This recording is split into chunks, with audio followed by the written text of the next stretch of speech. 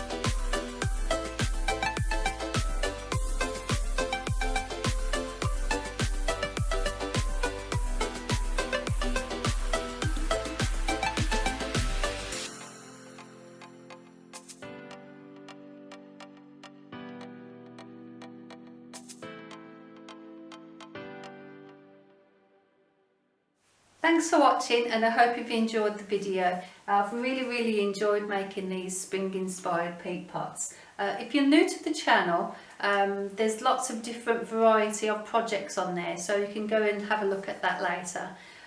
If you've liked it, give me a thumbs up. If you've really liked it and you're new to the channel, then consider subscribing. And don't forget to press that notification bell, because that will let you know when I've made my next creation.